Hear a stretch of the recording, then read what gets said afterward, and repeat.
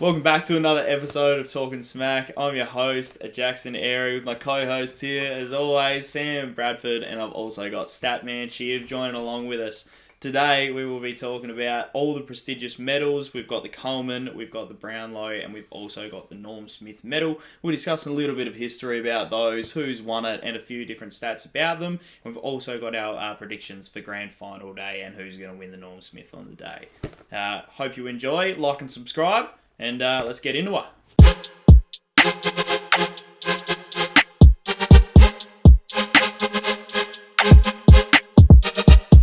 So I suppose we kick it off, boys, and we'll talk a little bit about the first medal that we've got on the list here, which is the Coleman Medal. Kicking it off with a little bit of history for the Coleman Medal. It was named after a Bombers forward by the name of John Coleman. And I was doing a little bit of fact search into this before we came into it. Now, this bloke kicked 537 goals in 98 games. From 1949 to 1953. He's only won the Coleman back-to-back. Yep, nice. Well, the leading goal scorer. Yeah. It wasn't So when was it? 1949 to 1953 is when he was playing. When he was playing. They didn't name it till 1981, didn't they? The Coleman Medal. So in 1981 it was introduced into the VFL where they did it, and then they went and backdated it up until when John Coleman was playing. So you can see why they named it after you. But yeah, so 537 goals in 98 games. That is an average of over 5.1 goals per game. Imagine if somebody was doing that now. That's just what Colonel this season got like 3.6 for an average. Yeah, that's right. That's right. That's only this season alone. You literally don't see that anymore. I mean, back in the day, it was more of like an offensive sort of like game. But man, if you saw that nowadays, they'd go down as one of the greatest of all time. What Buddy Franklin's would be for an average? Don't know, but he's played a lot of games. Yeah. He has played a lot of games, so it's probably balanced. It's probably balanced itself out over some time. He's kicked that many goals too, buddy. You know, like in different seasons, he had like I remember that one with him and Brendan Fiola. Fev. Yeah, and it was a race to 100, and big old buddy, he ended up getting over the top. Yes, he's that's right. He's won it a fair few times himself, 4 times I think. Buddy. Yeah, 2 for Sydney, 2 for Hawthorn. Yeah, so he's won it a couple of times himself, but yeah, no, the Coleman is pretty much awarded to whoever kicks the most goals in the season. Home and away. Yep, that's right. So as I said before, introduced in 1981 to a Richmond bloke actually by the name of Michael Roach. Roachy. Yeah. He's brilliant. 86 goals for the season. He won it the year before with 107 goals as well. Far out, man. Back in it, you just won't see that. You won't see that. The game's changed. That's right. Yeah. It's developed so much now where even your key defenders now, and you look at Collingwood as a prime example of this, is now winning and on top of the ladder and now into the grand final, which is being played this Saturday, I will say, up the Pies. But it's a defensive game now. You look at the first elimination final in the finals, and you had Melbourne getting 76 inside 50s to Collingwood's 35 or something like that, and they had way less inside 50s, but the defence was just too good. So you just win if you can't score. That's right. You won't see stats like these again. However, the Coleman will always run on, and there will always be these awesome, leading goal scorers, and one of those ones who's won it twice now in the last 2 years. Collingwood's highest goal scorer was Brody Mychek. I think it was 41. Yeah, that's the most he scored. Yeah, he had a fair It's pretty funny, isn't it? And you guys are in the grand final this season. That's so right, 41. Shows you that you can be the top team, be top of the ladder in the away home season, and then be top. Coleman's top goal scorer when I think he's ranked 7th. I think something like that. The last 20 years, Collingwood haven't had a goal scorer since probably Travis Cloke and Anthony Rocco and Nathan Buckley. Cloke was the point scorer, right? Yeah, well, I think one year he had 63 goals and 59 behind. Imagine if he kicked straight, he could have potentially cracked it. Imagine 80, if all of his set shots were outside 50, he would have got all of them, bro. But instead, he had a couple from 10 metres out that he'd shank. I think the guy home and chuck on Travis Cloke, he's all he's behind, not his goals. Man, honestly, that would be a funny watch. I've seen that miss from shocking spots, and I've seen him kick bombs from 60 metres out. Shout out to Travis Cloke, man. That's a name I haven't heard in a long time. Oh yeah. But moving back onto it, Charlie Curnow, congratulations to him winning it this year. Back-to-back years. Yeah, back to back. Carlton winning 3 in a row now.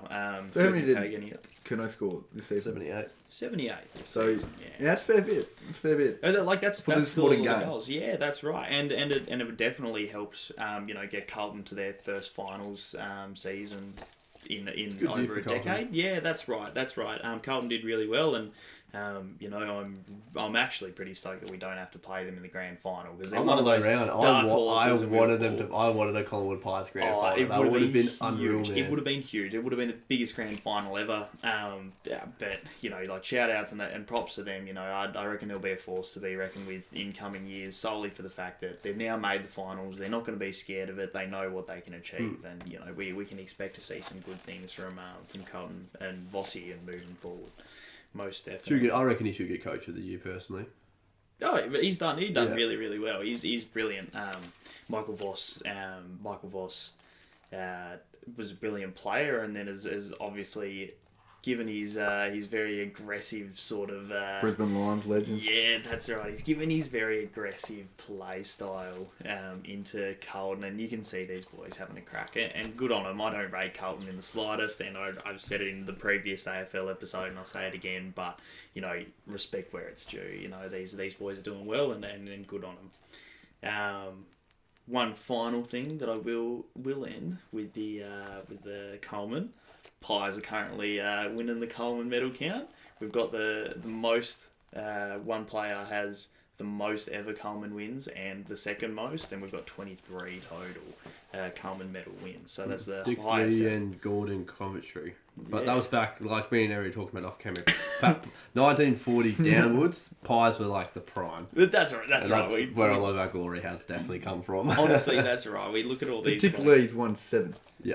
Yeah, huge. From 1907 to 19. What a name, Dick Lee. Dick Lee. Dick Lee. I love how there was a World War II going on, but the AFL was still going on. Yeah, that's right. Well, World War I where it was going on during his time. That's right. We will speak about it shortly, but there was a 4-year gap period during the Brownlow where there was no Brownlows given out just because of World War II. All sports, like you see it with the World Cup as well. Yeah, like World Cup from 1938 was this third World Cup, and then after that to 1950, I think that's when it came back again, something like that. And then Germany obviously wasn't in it. Yeah, they got banned. West Germany and East Germany. Austria wasn't allowed to contend in the 1938 World Cup because they were part of Germany. Germany practically invaded and took them over, and then FIFA sort of was like, no, you can't have 2 German clubs in it. It's pretty mind-blowing, eh? Germany gets knocked out of it, and then they just go, righto, we'll invade Austria so we can still play soccer. It's crazy. Classic. You got anything for us on that front at all there, Chiv, with Statman Chiv? What do you want to know? I suppose, like Jonathan Brown's won the only Brisbane Coleman Medal back in 2007 when he's got 77 goals. Yeah, mentioned before, Lance Franklin got it with 2 teams, which is Sydney and Hawthorn. Yep. He won one back in 07, then won in like 2017 or not 2017, probably 2015 or something like that. Not really too much, I suppose, with the Coleman. It's a little bare pickings, unfortunately, considering. I'm going to say lucky Thomas Lynch wasn't playing, or he'd be a high contender of winning the Coleman. Oh, that's golden. Look, John Longmore, the Sydney coach, he's the youngest player to win it back in 1990. He won it at the age of 19.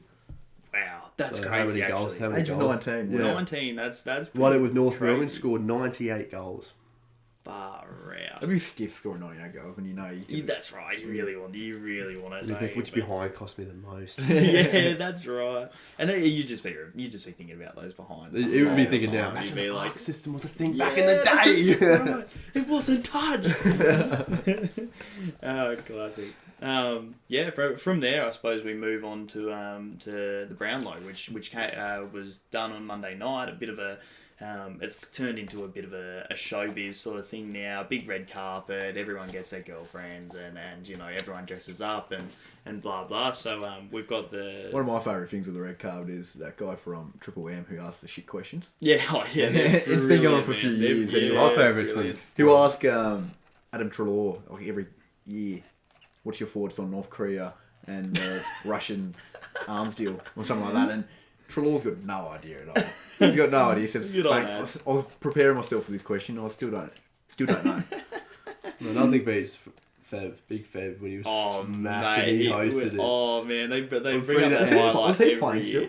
No, mate. I think he just retired. I'm fairly sure he just retired, and he was smashed. blind. Like he was going up. He was like on live Free television, to edge TV on going 7. around saying like, "Oh yeah, I've got a stiffy" and all this stuff. I remember him going up funny. to Chris Judd and annoying him. Yeah, honestly, it was brilliant. People were like, "Oh, I can sort of alcohol on you," but some players will love it, and then you see some players like, "What are you doing? Yeah, that's You're right. a disgrace You're right now." embarrassed, but yeah, total laugh. But circulating back to the Brownlow, probably the biggest night in AFL. Dubbed as footy's nights of all nights. Yeah, that's exactly right. It's huge.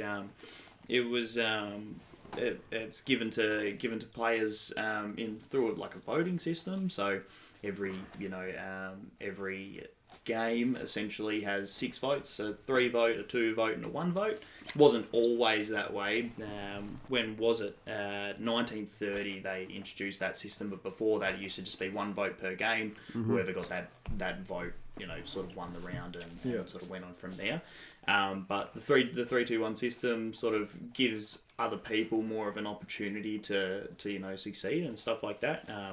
And it's given out by the umpires that are playing on the field. So the 4 field umpires. Yeah, 4 field umpires. So no boundary umpires or goal umpires. You've just got your main 4 that are running around with the boys on the field. So they are awarded by being the best and the most fairest player. Yeah, that's right. So it is essentially a league best and fairest is exactly what it is. So each individual club will have a best and fairest medal, and then this one is sort of like the best. Yeah, that's right. The best and fairest of all the different ones. Charles Brownlow, it was named after Geelong boy. Yeah, Geelong boy. Yep. Shout outs to Jono and Benny there. Benny, they'll be happy with that. Yeah, that's right. Another thing they can add to the. Be happy with anything they can get this year. Yeah, that's right. That's right. And it was first introduced in 1924. It was shortly after Charles Brownlow died. He was a massive influence to the game when it was first being established and stuff like that. And he died from an illness, and then from then on, they wanted to award the best player after him. So it's just like a little bit of a legacy thing for him. And yeah, we've had some controversy in it over a little bit, and Lockie Neal's one had a bit of controversy just recently, but congratulations to him on winning his second Brownlow. One, yeah. Well, he's also come third and second, so that's right. He's got a pretty good career. I came into this thinking it was a bit of a rigged system, but when you guys explain it, it's the best and fairest. It's not just an MVP award. It's not just the best person performing the best touches, best goals and things like that, because Lockie Neal could be coming over, like big scruffle comes over, everyone's involved, and then there's Lockie Neal just saying, "Boys, just back off." He's a captain, and that's a leading by example. That's what you want to play to do. That's exactly. He's club captain. Even though we do want a few fish phones. Well, co-captain, I should say. Yeah. Leading by example. That's right. People seem to fail to understand that it isn't the best player on field stats wise. You're exactly right. There was moments where Lockie Neal didn't have. He did get the most clearances fantasy. though. He did get most clearances, which is a big stat. That's right. Especially for a midfielder. Yeah, that's exactly right. But he's got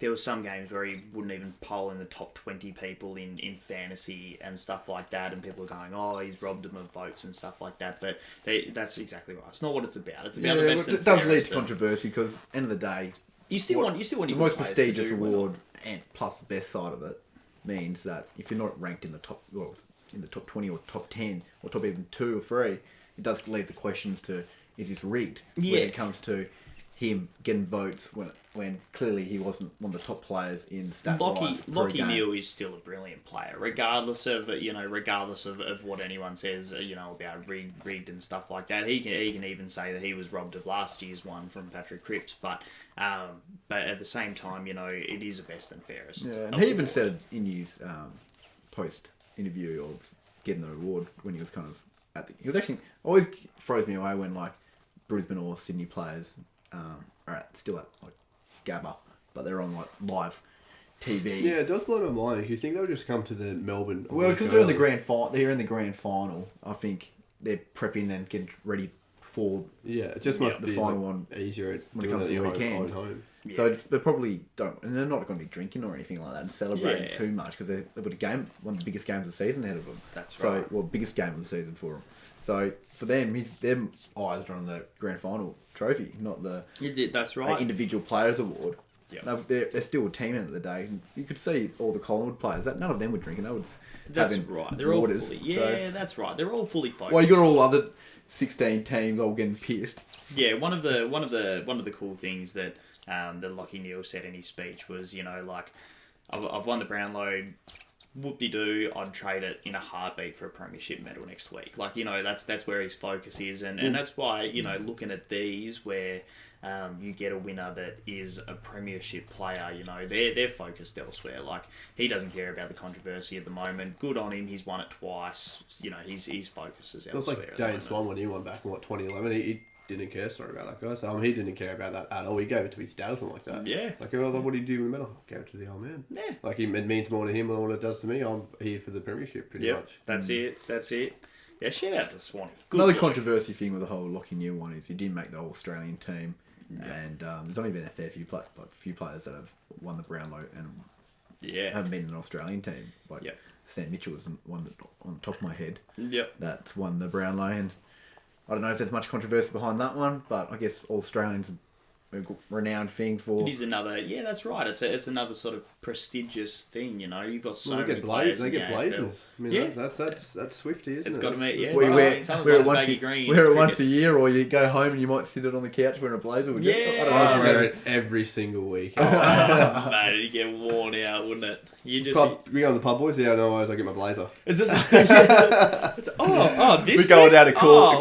Cooley's and I'll be my blazer. Yeah, nice. All Australian. Australian. Yeah, that's right. That's brilliant.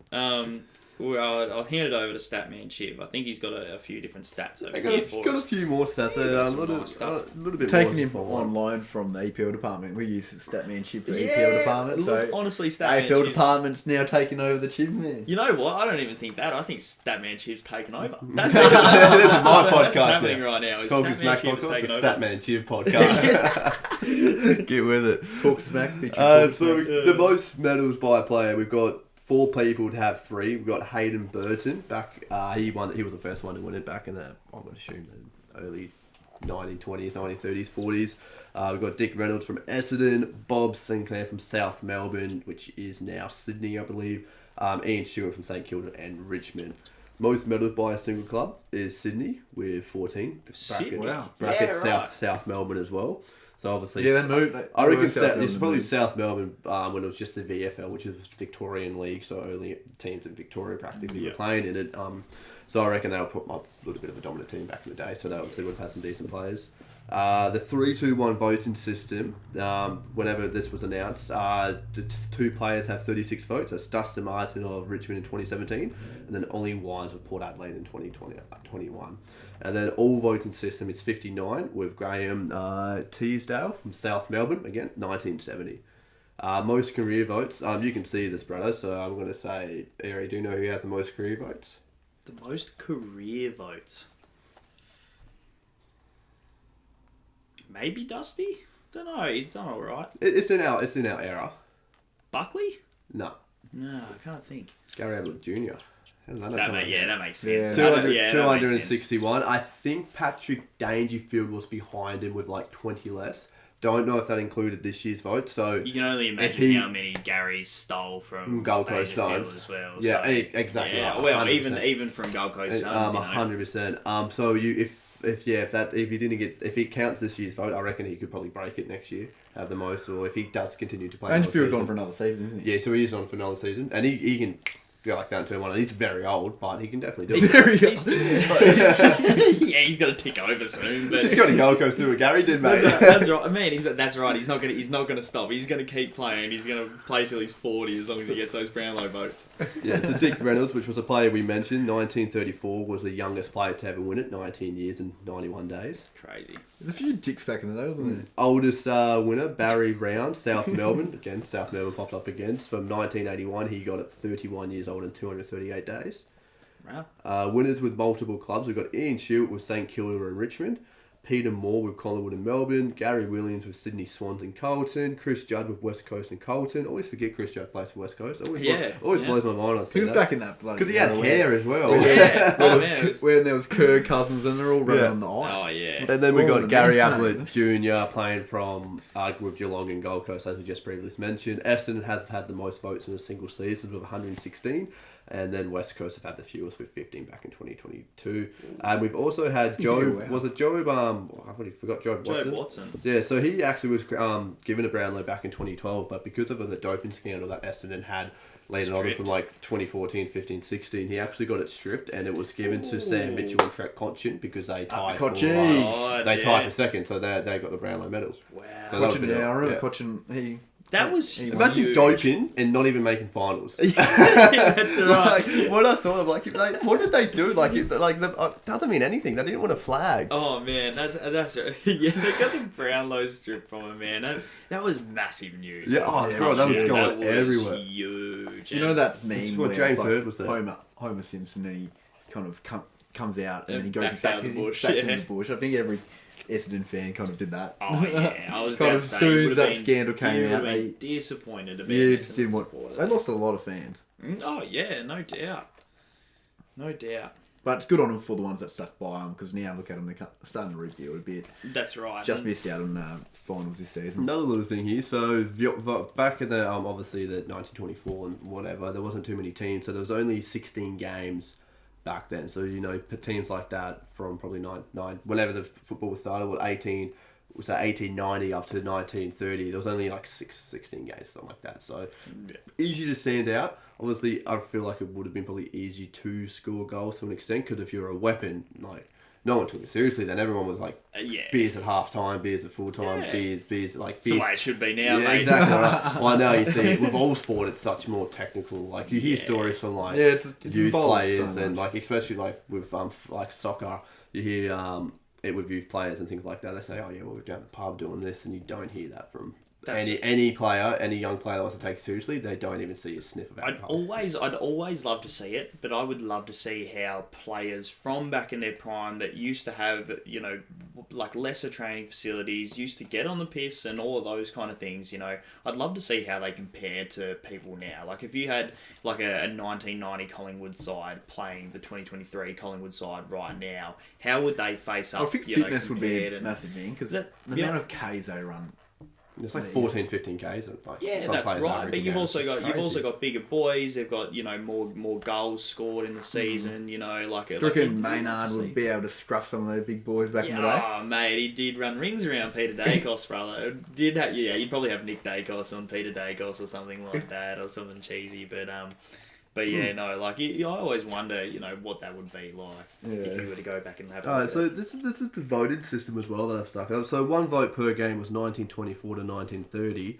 The 6 votes per game with 3-2-1 was 1931 up to 1975. Then they changed it in 1976 to 1977, so it didn't work out too well. It was 12 votes per game, 3-2-1 votes from each of the 2 of the field umpires. That's confusion as. So then obviously they're like, well, this one he doesn't. One thing of like, this is shit. So then from 1978 up to now is when they flipped it and changed it all.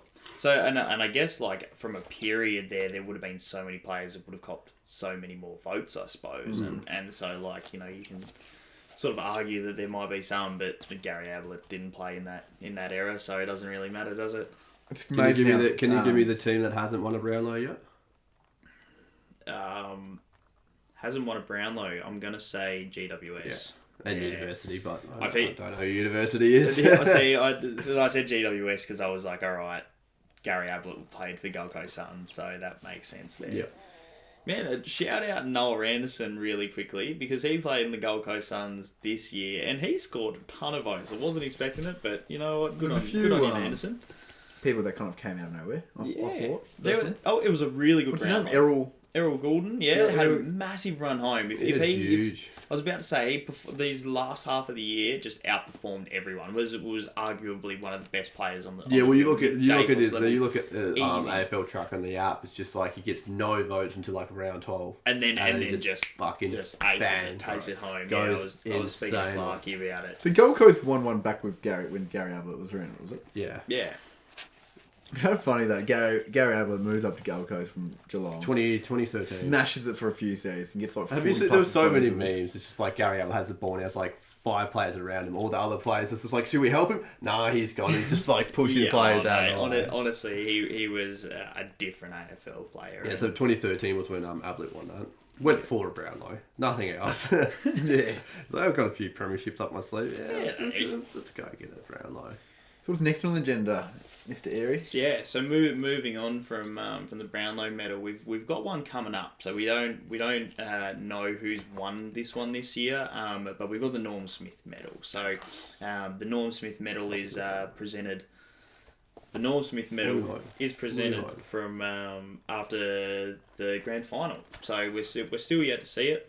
But Norm Smith, there's a little bit of background. Good on Norm here. Smith. What's the history for Norm Smith? Yeah, I don't know too much about it. All I know about it is that the best player of the grand final day gets the medal. Yeah, so essentially, there was a player, Norm Smith, who's an AFL VFL Hall of Famer, and he's also a Melbourne Hall of Famer as well. He won 4 premierships as a player, and then went on to win 6 premierships as a coach. So, 10 premierships in your lifetime. That's pretty big. It's massive, huge achievement. There's not many that can say they have done that. That's right. And when you've Jordan been Lewis through, in that Hawthorn era. So when you've been in Luke Hodgman. when you've been in that era where you've been through 10 premierships, fair enough that you name it a medal after it. So essentially what it is it's more or less the same as like sort of a Brownlow vote. But you've got like a board that jumps on. So you might have ex-football players on the board. You might have, I don't know, McLaughlin or any like sort of people. But everyone, like a group of 5 people watch the game. And essentially from different angles and different perspectives, they choose who was the best player on the field. And so they get different, they get separate votes each, like a 3-2-1 system. And essentially they'll vote for who was the best player on the field. It can go either way with the Norm Smith as well. So it's not only the winning team's player gets the Norm Smith medal, you've also got players that can lose. Well, since 1979, can you tell me how many players that have won it? I know Nathan Buckley did. Mm-hmm. Nathan Buckley did. One recent one a few years after that with West Coast. Chris Judd? Yep. Yeah, because we were just talking about Chris Judd then. And was there others? Not recently. Like back in the golden days of Hawthorn and Geelong, back in the 80s when they did it. So Gary Ablett Senior and Marcus Rowley. So only 4 players have won. Ablett Senior, so only 4 players have won the Brownlow when the team's lost. And that game of Gary Ablett Senior was what he kicked like 10 goals, something like that, 12 goals. And that game. Maurice Rioli. Yeah, from Richmond. He still lost the game. And he still lost the game. Yeah, I think that was one of the games back in the. You must put on a clinic. And then be so disappointed that you've put on this brilliant. Well, you wouldn't care. You wouldn't care. If I know if I put a band in the match performance, but we didn't win, I'm like, I'm not here to fucking my individual awards. I'm here for the team. That's right. Oh, you'd be disappointed because you'd win the Norm Smith. Yes, it's a good individual award, but end of the day, everyone wants to win the Premier. That's right. I think the ultimate one for all players. The Brownlow's good, and the Norm Smith is good, and all that. But I think the Premiership medallion is what everyone's after at the end of the day. They want their teams to win. They want everyone to be successful, and that's sort of what people are going for. So, but the Norm Smith still a really prestigious. Well, not many people. Well, you have to get in it. I was about to say that's exactly what that's I was about to right. say. You've got to make it the whole way. Like you can't just not fluke it, I suppose. But you can't get that far to not be there. So. Yeah. Well, Dustin Martin has 3. He's won it the most. So each, like... Up the Dusty. Brad mentioned before, every time he's made a grand final, he's won the... And what a brilliant medal. year he had in 2017, winning the Brownlow Medal and then the Premier. One of the best years a Premiership. player could probably do, 100%. Then Gary Airey, Hawthorn, won 2, 1986, 1989. Andrew McLeod, Adelaide, 1907, 1998. And Luke Hodge, 2008, 2014. There you go. So Hawthorn has won the most with 8. And again, it comes from that reign on the 80s where they probably would have dominated that. Richmond's up there with 5. Hawthorn 2013, 14, 15. So, then winning the Premiership 3 times in a row. That'll do it.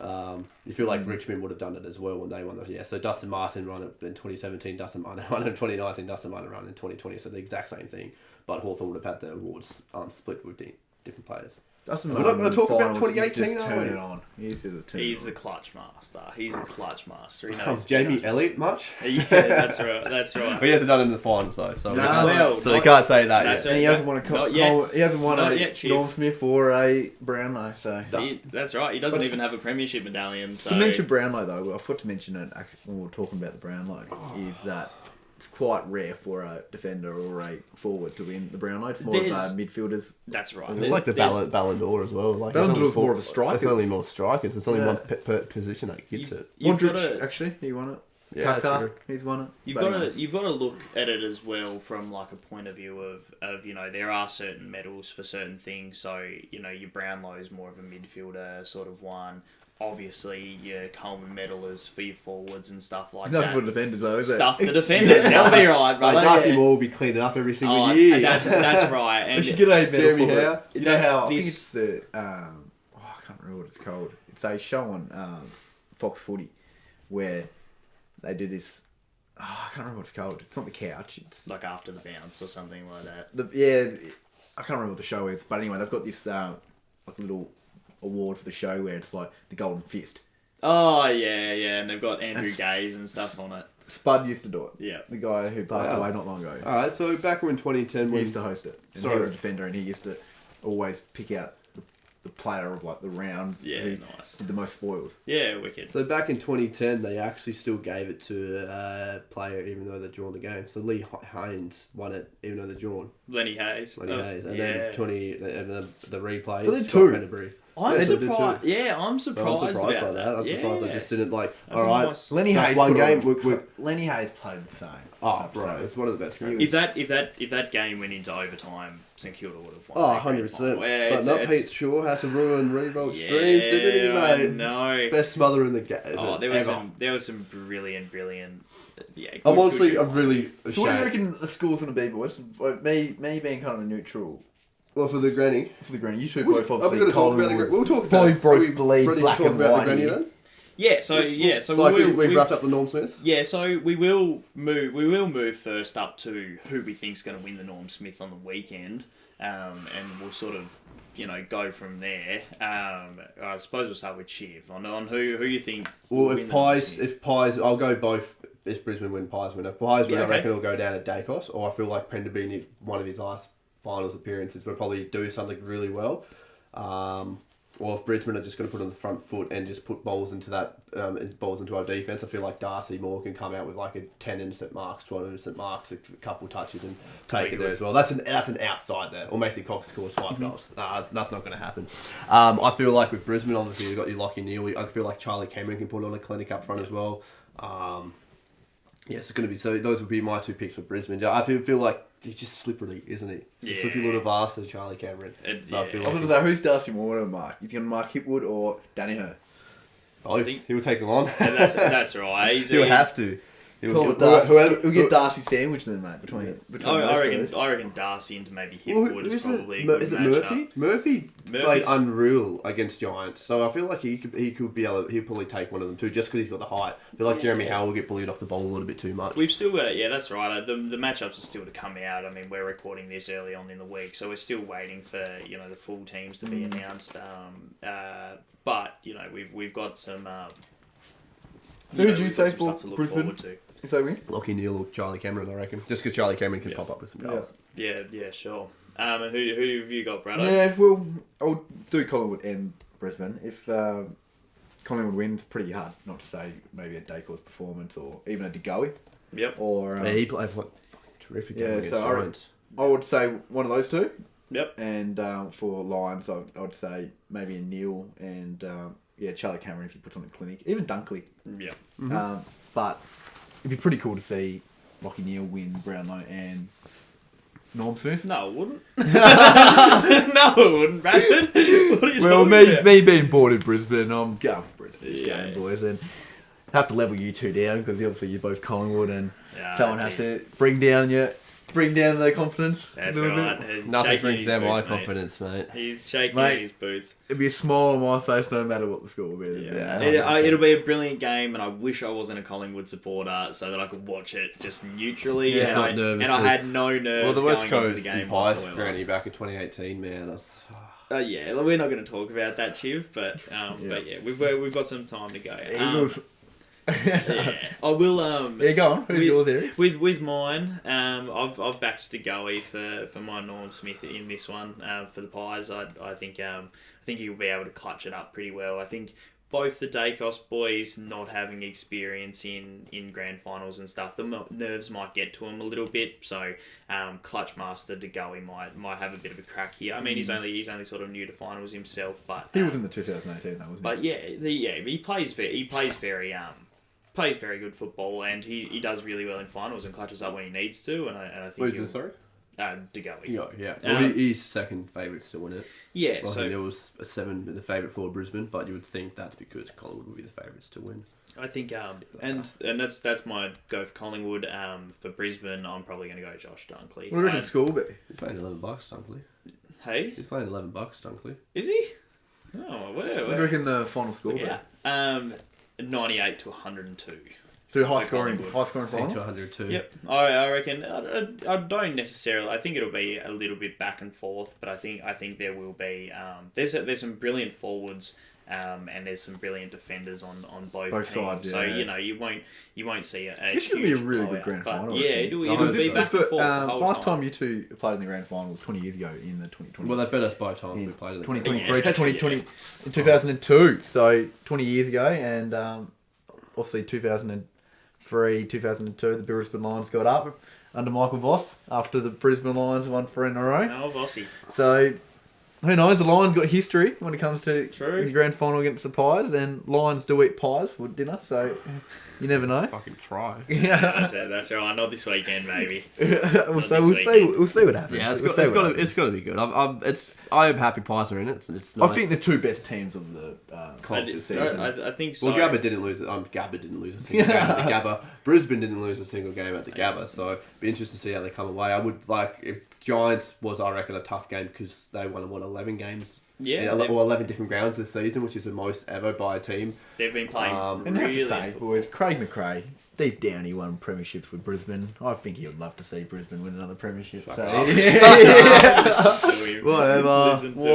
Whatever. Look, it's going to be exciting regardless of the result, and I think we're in for a good ride. It's going to be good, and as I said before, hate being a Pies supporter. The fact I've got to watch my own team go through this grueling thing, but if they get up, it'll probably be one of the happiest days of my life. So I don't care. Yeah. Like I will take that. You would have. How old were we? We were 11 in 2010. Yeah. 2010. I remember singing at the front of like my mum's friends' street, like all the people in the street came together. There's like 70 of us all, be honest, all gathered in a circle and sang What the song. stands I was like, out to "That's me pretty was cool." that 2010 grand finals to draw. Then I can't really remember the second game. I remember just it was oh, just it's a smashing. blowout. It was a blowout. It was boring. It was boring. I don't want that. It was I don't want another that to win. week. You know how you got the cool grand final hype week where it kicks like the grand final build parade. up and stuff like that. And Plus, then so bang many the game people on would have Saturday. taken work off just to get there. Well, it was and blah, 101 blah. Then you have to wait another week. So I thought the It was draw 101,000. They should have done extra time. Yeah, well, it was 101,000 No, at they the shouldn't. grand We final.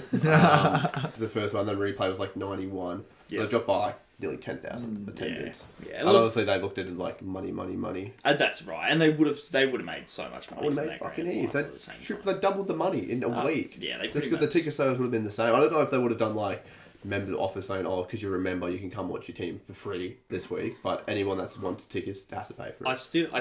think I still think that it was good for footy at the exact same time. You know, like getting the hype and getting people excited, and especially if you go for one of those teams, you know, it gives you another opportunity. And watching grand finals is fun, man. There's always parties. Imagine if we were all 18 and the replay happened. I genuinely back weekends would be I great. haven't not been to a grand final party since I was like 5. Like everywhere, I'm always watching the grand final with people, and I think that's one thing that I love the most about footy in general. It doesn't matter if my team's playing or not in the grand final. There's always going to be something. I remember last that will grand get the final community when together. Geelong smashed Sydney. I've worked the last few. That was a huge. All the day. ones that I've Huge worked, it's been a blowout. And it's been like, oh wow. I haven't missed much. Yeah. There's always a nice barbie too on the day. Yeah, that's Big right. Chiv's going to be on the barbie few this on beers. this Starting to weekend. get to that time of the year too, where it gets a little bit warm too. So hopefully we see some good weather. Warm, mate. It's only like 4 degrees at the moment in Tassie. Yeah. Well, we're just going to 11 hope degrees for the actually, weekend. mate. Right. According to March.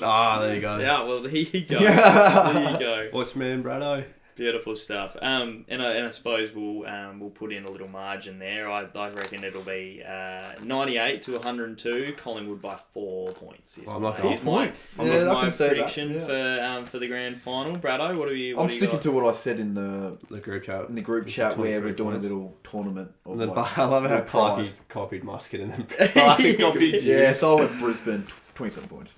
27 points. I only said that because it's like, end of the day, that's technically 4 goals with an extra 3 points. So we'll see what happens. I don't want 22 points of pies. I don't know what the correct bloody margin would be. I don't see that happening, to be honest with you. I didn't put a margin. I honestly think it's going to be pretty... You put 4 points.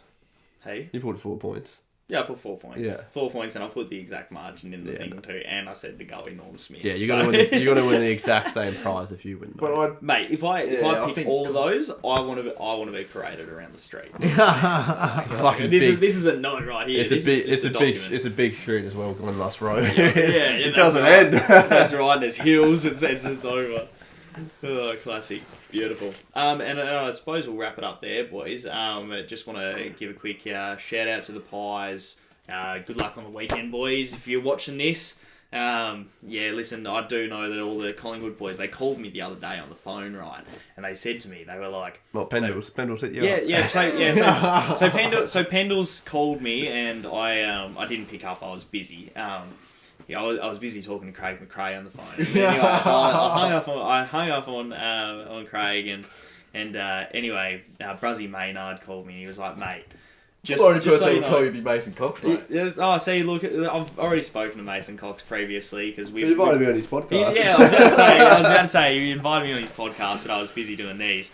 And anyway, Bruzzy Maynard calls me up and he goes, mate, the boys have been training flat out, but we've just been listening to the Talking Smack podcast while we've been doing it. So I know the boys get around us. Shout out to the Pies for getting around us. And I want to represent the rest of Australia because all neutrals are going for Brisbane. We're fully neutral, but good on Collingwood for supporting Talking Smack. You heard it here first. I will just quickly just bring up my notes really quickly and just show everybody what I've been reading this whole time. Up the Pies. Good on the boys. I will say as well, me and Airey are wearing orange because it's not a great big sound anymore. That's right. We're just paying respects to GWS. They got murdered by the Pies. Let's go. Robbed by a point. Nah, doesn't matter, baby. We made it. The umps had ya. So we finally got revenge for the year that we missed out. So when they bet us and moved on. When Richmond won, and it was like a 100-point blowout or something. Oh, stupid. GWS, that was. I was in Melbourne that weekend for listening out. Yeah, so was I. Yep. I went out for a beer with Musket. 1 beer. It was a blowout of a grand final, but we finally made it and we've got it over them. This is just a little bit of a tribute. Before you go on, I reckon we'll end the podcast with this. Oh, beautiful! Let's go. Let's hear it on the weekend, baby. You've been listening to Talking Smack. I'm here with Sam Brado, and I'm here with Chiv. Have a good rest of your day and up the Pies. Woo!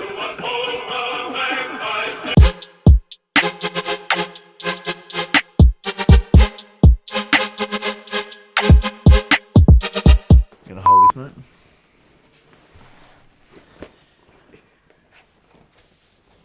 Welcome back to a... Man, Chiv. Statman Chiv he's like, oh, I fucked it up. I'm gonna have to do it again. Fuck's sake. Oh dear. Even the fucking thing though, I'm not gonna lie. You gonna hold him? You gonna hold him? Yeah, classic. Welcome back to another episode of Talking Smack.